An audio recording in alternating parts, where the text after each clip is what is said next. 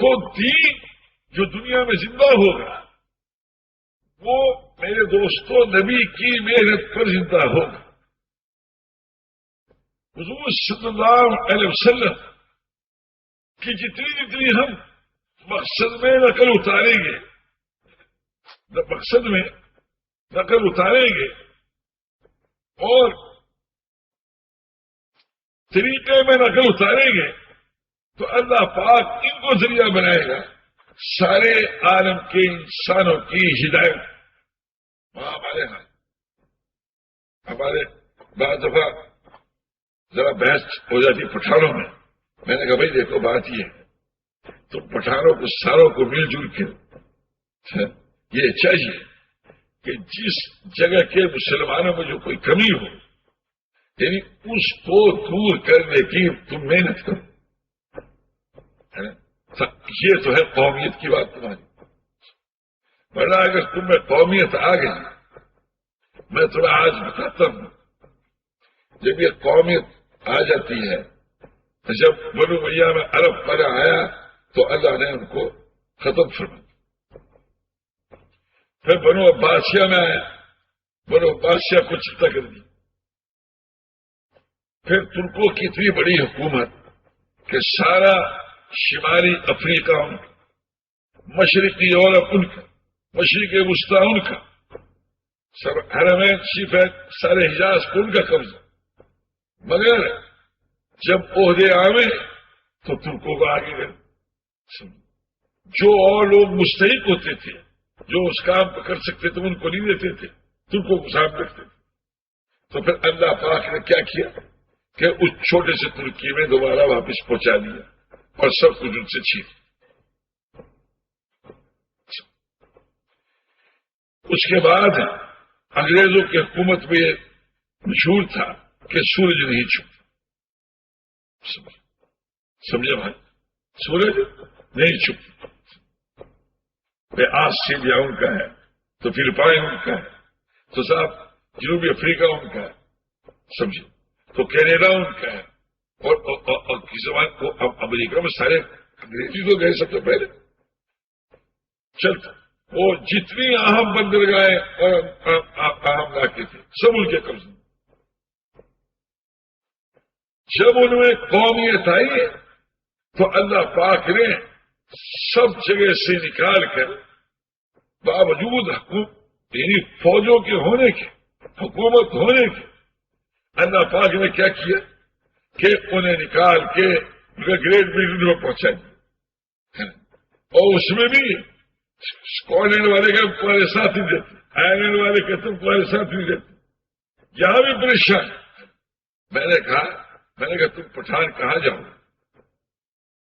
یہ تو دنیا پہ عذاب آئے گا اور آج تم کیا ہوگا وہ لے جائے. ایسے بنگال والوں کا حال, ایسے گجرات والوں کا حال, ایسے جو بھی ہے جو اس بنیاد کو اٹھے گا اللہ پاک اب تو موسم کی تو عقل ہی مانگے. یعنی انہیں اس کرے میں اپنے گجراتی پنے میں, پٹھان پاکستانی پنے میں, ہندوستانی پنے میں, بنگالی پنے میں نقصان ہی نظر نہیں آئے گا. یعنی اس نقصان کو دور کرنے کا اللہ پاک فکر اور احساس ہی ان کو ختم کر دے, کیونکہ یہ اللہ پاک کا مستقل عذاب ہے. انہیں اپنی یہ کمی نہیں محسوس ہوئی اور موت کے وقت بھی اور قبر میں ان پر یہ کمی کھلے جہاں وہ کچھ کر نہیں سکے, جہاں وہ کچھ کر نہیں سکے. سمجھے بات, وہاں جگہ گنڈ میں اجتماع تھا. میں نے وہاں پٹھانوں سے کہا, میں نے کہا یہ شامی ہو چاہے عرب ہو چاہے تم پٹھان ہو چاہے بیو ہو چاہے دیو چاہے راجپوت چاہے کوئی بھی ہو, تم جو ہو اگر اس کرنے میں قومیت کی بنیاد پہ چلو گے اور پوری کی پوری امت کو سامنے نہیں رکھو گے اور ساری امت کو تم غم نہیں کھاؤ گے, حق تعالی شانو تمہارے میں سے کمی کا احساس, نقصان کا احساس ہی ختم کر دے. اور جیسے بدعتی کو توبہ کی توفیق نہیں ملتی ایسے تمہیں بھی تو اس کے توبہ کی توفیق ہی نہیں ملے. سمجھے بھائی؟ توبہ کی توفیق ہی نہیں ملے گی کیونکہ وہ تو نیکی سمجھ کے کرتا ہے. تو توبہ کیسے کرے گا؟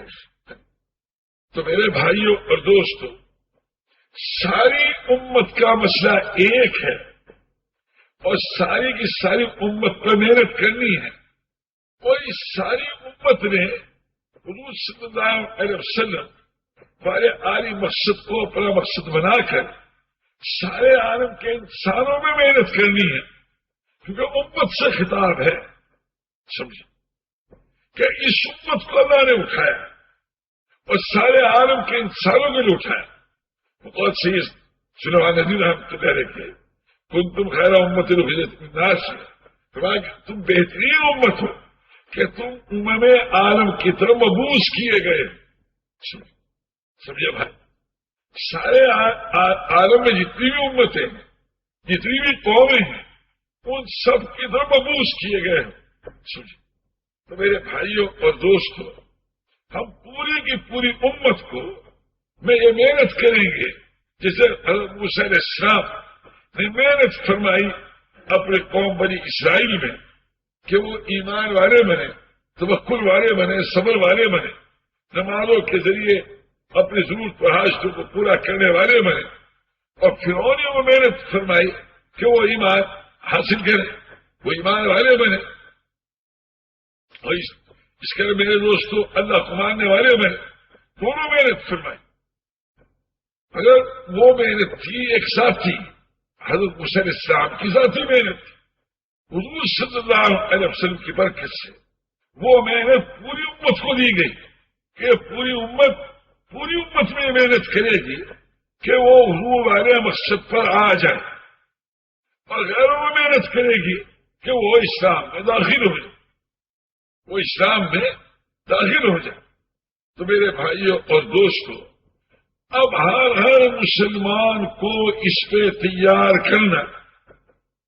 سمجھے بھائی؟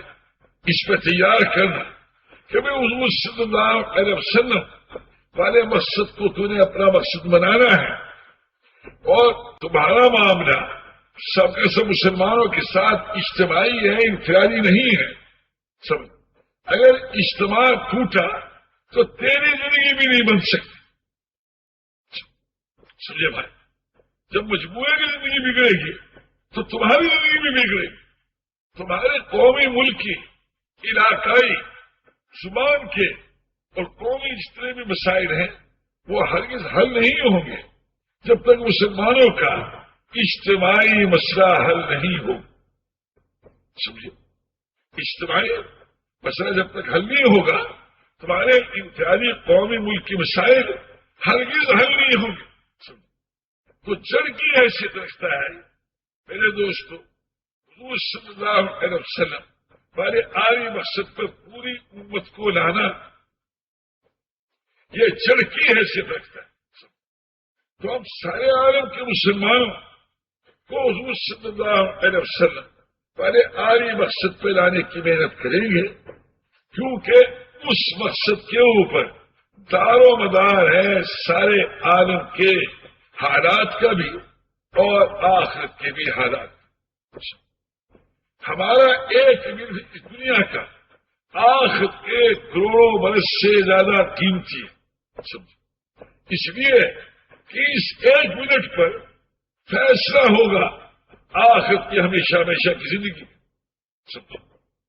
سمجھے بھائی؟ اس پہ فیصلہ ہوگا. آخرت کے برسوں میں فیصلہ نہیں ہوگا، فیصلہ اس پہ ہوگا. جو لمحہ ہمارا گزر رہا ہے، جو سینکڑے منٹ گزر رہا ہے، یہ اگر حضور اکرم صلی اللہ علیہ وسلم والے عالی مقصد میں، ان والے فکر میں، ان والے غم میں اگر گزر رہا ہے تو سارے عالم کے انسانوں کی ہدایت کا ذریعہ بن رہا ہے اور ہمیشہ ہمیشہ زندگی کے درست ہونے کا ذریعہ بن رہا ہے. لیکن اگر حضور صلی اللہ علیہ وسلم والے عالی مقصد کے ساتھ یہ وقت نہیں گزر رہا اور یہ سینکڑوں منٹ نہیں گزر رہا ہے، گویا کہ میرے دوستوں اس کے سارے عالمی انسانیت کا نقصان ہو رہا ہے اور ہمیشہ ہمیشہ کا آخر نقصان ان نقصان کا ذریعہ بنا ہوا، یہ معمولی بات نہیں ہے۔ تو میرے بھائیوں اور دوستوں، میں یہ عرض کر رہا تھا آپ حضرات کی خدمت میں کہ ہمارا معاملہ انفرادی نہیں، اجتماعی ہے، سمجھے بھائی؟ اب پوری کی پوری امت کو اللہ پاک نے کر دیا ہے آسان، سمجھے؟ لا تکلف الا نفسک وحدد المؤمنین، اپنی ذات سے کیجیے اور مسلمانوں کو اس کی تاکید فرمائی، سمجھے؟ آسان اتنا کر دیا، مگر مسلمانوں کو تاکید کرنا وہ اس وقت تک تاکید کرتے، صرف ترغیب نہیں، صرف ترغیب تک نہیں چھوڑا مسئلہ، تاکید کہہ رہے ہیں، دونوں میں فرق ہے، سمجھے؟ اور میرے دوستوں جو ہے ویسے پورے بیچ میں بات یاد کباڑی تو میں اللہ معاف کرے، بات یاد آ گئی کہ وہ احرار کی کانفرنس ہونے والی تھی اس میں دلی،